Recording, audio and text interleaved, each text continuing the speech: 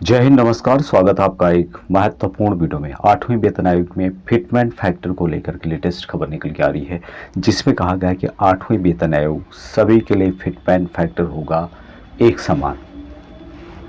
अभी तक क्या होता था कि फिटमेंट फैक्टर जितना छोटा अधिकारी हो उसको उतना कम फिटमेंट फैक्टर दिया जाता है, और जितना बड़ा अधिकारी हो उसका उतना ज़्यादा फिटमेंट फैक्टर दिया जाता है। उससे उनकी पेंशन और सैलरी में ज़बरदस्त बढ़ोतरी होती है। तो इसी के संबंध में लेटेस्ट खबर है कि 8वां वेतन आयोग सभी के लिए फिटमेंट फैक्टर होगा एक समान। 8वें वेतन आयोग में फिटमेंट फैक्टर होगा एक समान। एनसीजेसीएम की बैठक हुई समाप्त। 25 फरवरी 2025 की खबर है। केंद्र सरकार के कर्मचारियों के लिए वेतन संशोधन फिटमेंट फैक्टर को लेकर के एक बड़ी खबर सामने आई है। National council of joint consultative machinery यानी एनसीजीसीएम ने 8वें वेतन आयोग के लिए एक समान फिटमेंट फैक्टर की मांग की है। एनसीजीसीएम के स्टाफ शहर के सचिव सी गोपाल मिश्र ने कहा कि सभी बैंड के लिए समान फिटमेंट फैक्टर चाहते हैं, चाहे वह पे बैंड 1 हो या फिर पे बैंड 4। उन्होंने कहा कि इससे केंद्र सरकार के सभी कर्मचारियों को समान लाभ मिलेगा और न्यूनतम तथा अधिकतम वेतन के बीच का अंतर कम होगा। क्या है फिटमेंट फैक्टर और इसकी मांग? फिटमेंट फैक्टर एक गुणांक होता है जिसके आधार पर वेतन वृद्धि की जाती है। 7वें वेतन आयोग में अलग अलग पे बैंड के लिए भिन्न भिन्न फिटमेंट फैक्टर दिए गए थे। अब यहाँ पर देख रहे होंगे आप लोग, सिपाही हो गया, नायक हो गया, हवलदार होगा, इनको जो फिटमेंट फैक्टर दिया गया है अभी तक 2.57 के हिसाब से दिया गया है। उसके अलावा जो जीसीज रैंक है उनको 2.62 के हिसाब से दिया गया है। अफसर अधिकारी हैं उनको भी 2.67 के हिसाब से फिटमेंट फैक्टर दिया गया है। यानी कि जितना बड़ा अधिकारी हो उतना बड़ा फिटमेंट फैक्टर उसको दिया गया है। यानी कि पहले से उनकी ज़्यादा सैलरी है और उनकी सैलरी में और इजाफा किया गया था। अभी तक का जो फिटमेंट फैक्टर है, पुराना जो पे कमीशंस हुए हैं उसमें भी इसी को इनके द्वारा लागू किया गया है। अब यहाँ पर आप देखेंगे lieutenant general, HEG, VCOAS, army, CDR जो भी है, इनको 2.81 फिटमेंट फैक्टर तक भी दिया गया है। तो इनकी जो पेंशन है, सैलरी है, उसमें यहाँ पर ज़बरदस्त बढ़ोतरी हुई है। कंपेरिजन के तौर पर यहाँ पर जो GCOR है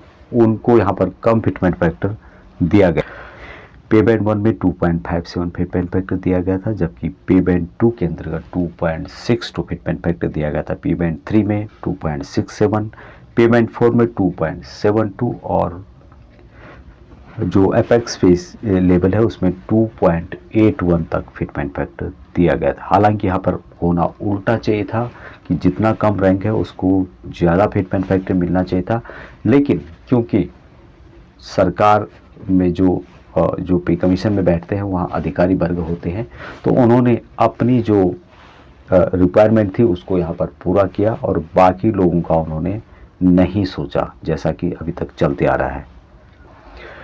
एनसीजीसीएम का कहना है कि 8वें वेतन आयोग में इस असमानता को खत्म कर सभी वेतन बैंड्स के लिए एक समान फिटमेंट फैक्टर लागू किया जाए।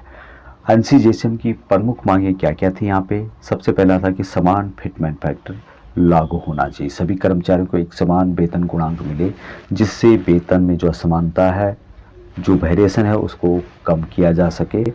पे स्केल का विलय, पे स्केल का विलय ये भी बहुत ही महत्वपूर्ण एक पॉइंट, जिसमें बताएगा कि लेवल 1 और 2 का विलय, दूसरा है कि लेवल 3 और लेवल 4 का विलय, और लेवल 5 और लेवल 6 का विलय।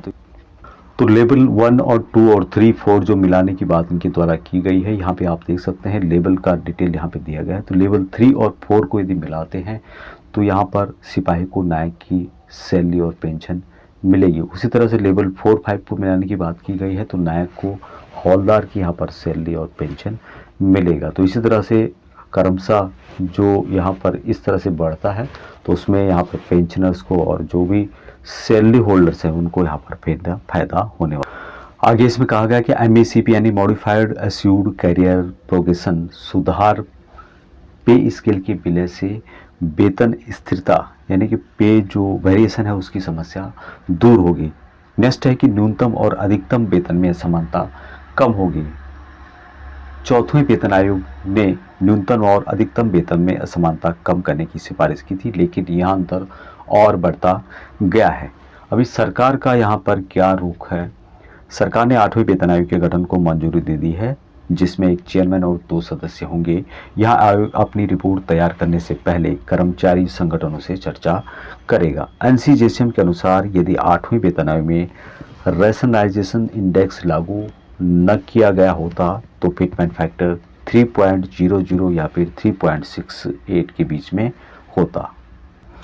अब सबकी निगाहें 8वें वेतन आयोग की सिफारिशें और सरकार के अगले कदम पर टिकी हुई है। इसके बारे में आप क्या सोचते हैं? आपका क्या नज़रिया है? जरूर लिखिएगा। अभी तक इतना ही। जय हिंद।